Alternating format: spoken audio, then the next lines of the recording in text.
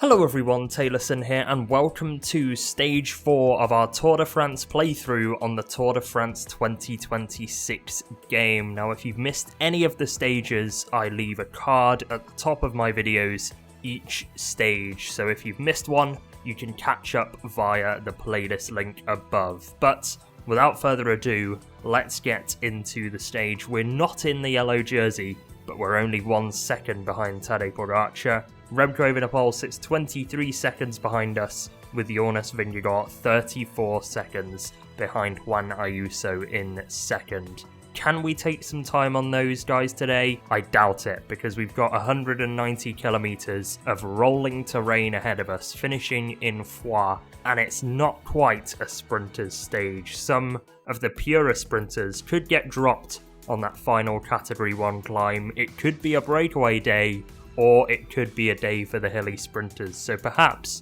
Mads Pedersen, or perhaps Juan Ayuso if the race is very hard. Hello and welcome everybody. Today's stage does not favour one specific type of rider. The challenging climbs will make it hard for sprinters to win and will clear the way for baroudeurs.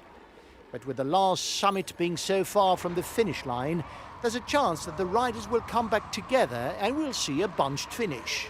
Well, plenty of teams think it's going to be a breakaway day today because 20 riders have gone up the road. We've got 2 riders of Lidl-Trek disposition in there. That is Matthias Vacek and Matthias Skjelmose. So both the Matthiases are in the break. Skjelmose is going to go for King of the Mountains points. Vacek is going to be there to pull him along and perhaps take him to a stage win. But the gap is only 2 minutes and 20 seconds for the moment, and it's being kept on a very short leash by the likes of Ineos, UAE and Visma Lease-A-Bike. So Ineos perhaps going for Vauquelin's stage win today, you'd expect, and UAE and Visma, of course, going for their GC leaders in Jonas Vingegaard and Tadej Pogacar. We're going to move to the front of this group with Skjelmose and try and take the King of the Mountains points. We've got Vacek there, playing rear gunner at the moment, but is going to come through and try and give us a lead out. We just need to make sure we're towards the front, and we are, but we do get blocked in a little bit by Vacek, and that is really going to cost us because a wall is forming at the front, and once again, we cannot get past that wall. It looks like a similar situation to the Tour de France 2025 game, where you just get a wall at the front and you cannot pick it through.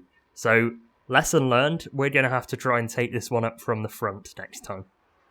Second climb of the day is upon us then, and it's time to get looking towards who else is in this breakaway. It is a very stacked group of riders. The hilly classic specialists are the ones that I think will be coming towards the front towards the end of the stage. That is the likes of Chris Snylands and Jenno Bergmoes. But there are plenty of other mountain-based riders in here like Valentin Paré-Pantra.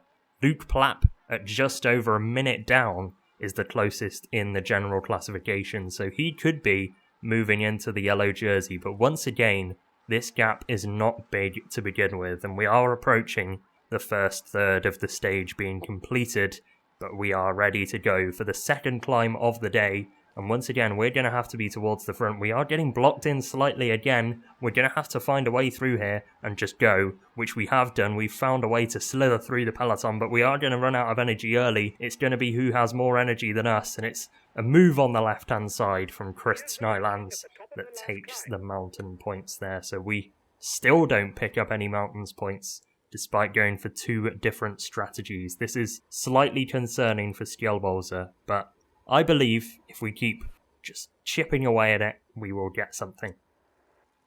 Perhaps this intermediate sprint gives us some time to take our mind away from the King of the Mountains points, because Matthias Vacek is going to get his opportunity to go for an intermediate classification here. He's actually quite close to being in the green jersey just because of the amount of breakaways he's been in and the 2 intermediate sprints that he has already won. This one is going to be more difficult, I think, because we've got the likes of Jake Stewart and Max Canter in this breakaway, who are pure sprinters, but are in there to work for teammates for the stage win. So this might be more difficult than first expected. We've taken it up from the front, but Bergmoes just has the speed and flies past us. We still take quite a good 4th place, but I don't think that's going to be enough points come the end of the stage to get us into the green jersey with Vacek. Here we go then, this is more like it. Category 2 climb, the gap to the peloton is below 2 minutes, but we are going to contest this particular climb, and 5 points are on offer. We only need a 3-point change on Kevin Vauquelin to move into the leader's jersey of the King of the Mountains classification. So if we win this climb, we should be good. And the fewer riders that are in this breakaway, the better. The likes of Michael Storer, Lennart van Eetveld and Vacek have all been dropped. So we've not got as many riders to compete with in that wall. And we've got more than enough energy, I think, to take this one up from the front and go all the way to the line. Very close, actually, behind us. But nobody can get around Matthias Skjelmose, who takes the 5 points and the provisional lead in the King of the Mountains classification. 38.5 kilometres remain in the stage, and Chris Nylands has just gone for an attack off the front of the race. He's seen that the gap is only 40 seconds to the peloton and has decided to light this one up. We're going to chase it with Skjelmose and try and continue to plough on, because riders are falling by the wayside very quickly here. Trentin, Kirsch and Aaron Gate are the only riders that can follow for the moment, but we have distanced everybody. Everybody apart from Chris Nylands, who is the only rider that can follow Skjelmose's tempo. So clearly, as a Nylands fan, I have got the ratings absolutely spot on here, with Nylands being the best of the breakaway. We've taken our turbo gel and are going to try and take the 5 points that are on offer. At the top of this climb, we attack Chris Nylands, and thankfully, seemingly, the Latvian is going to let us win. So that's a really kind gesture from Nylands, because I'm sure he would have beaten us, and any other rider for that matter, on the King of the Mountains points if he actually tried. So 5 more points for Matthias Skjelmose, and we're going to try and work with Nylands, because the gap is now over 1.5 minutes to the peloton. Nylands and Skjelmose now have a couple more riders to work with, including the yellow jersey of Tadej Pogacar, and it is a stacked group up front now. Florian Lipovic, Paul Seixas, Remco Evenepoel, Richard Carapaz and Tom Pidcock have joined up with the leading duo, and you will notice that there is no Jonas Vingegaard in that list of names, because Visma Lease-A-Bike are chasing hard in the peloton to try and bring the yellow jersey back, which is a brilliant scenario for Juan Ayuso, because we can just sit in the wheels and make sure everything is going to plan and save energy for the final sprint, because it actually looks like we might go with Ayuso, because the stage has been so difficult. Only 31 riders left in the peloton at the moment, and 8 of course up front. But sprinting with Juan Ayuso, I think bonus seconds are on here, especially with Jonas Vingegaard himself pacing in the peloton, and the GC favourites all attacking and using up their own stamina. So potential for bonus seconds here with Juan Ayuso. The large group of GC favourites have been reeled in, but Remco Evenepoel wanted a little bit more. He's gone and attacked off the front, and once again it is panic stations for Jonas Vingegaard, who is chasing along. Vingegaard, who in real life on yesterday's stage looked a little bit morally beaten by Tadej Pogacar in what was a fairly regulatory sprint for the Slovenian. To be honest, if I'm a Jonas fan, it's not looking good for the rest of this tour. If Tadej Pogacar can take time so easily on a fairly simple mountain stage, but I'm sure he will have second place sewn up, unlike Paul Seixas, who has been dropped in the game by Remco Evenepoel ever so slightly here.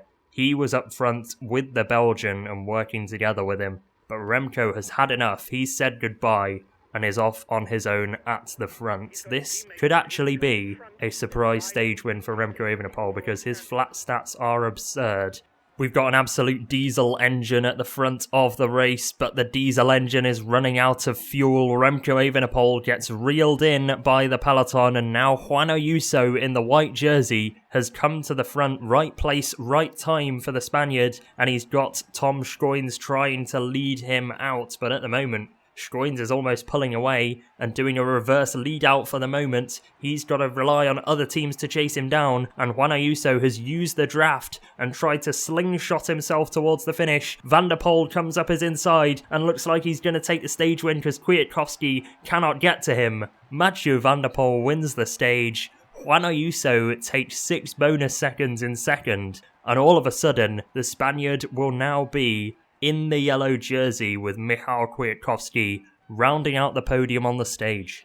Well, it's not been a brilliant tour for Mathieu van der Poel in real life, and the bane of my fantasy team has gone and taken a stage win in the game. This actually looks like it could be a stage for him on paper. If he gets into the breakaway, then he could have a real chance at winning the stage. But what we're all interested in is the yellow jersey, which goes back onto the shoulders of Juan Ayuso, and the gap should be, by my basic maths, 5 seconds, because he's taken 6 bonus seconds in the sprint and was only 1 second behind entering the stage. But here are the stage results in full. Van der Poel ahead of Ayuso, Kwiatkowski, Vauquelin, Pogacar, Kort Nielsen, and the GOAT Chris Neylands in 7th.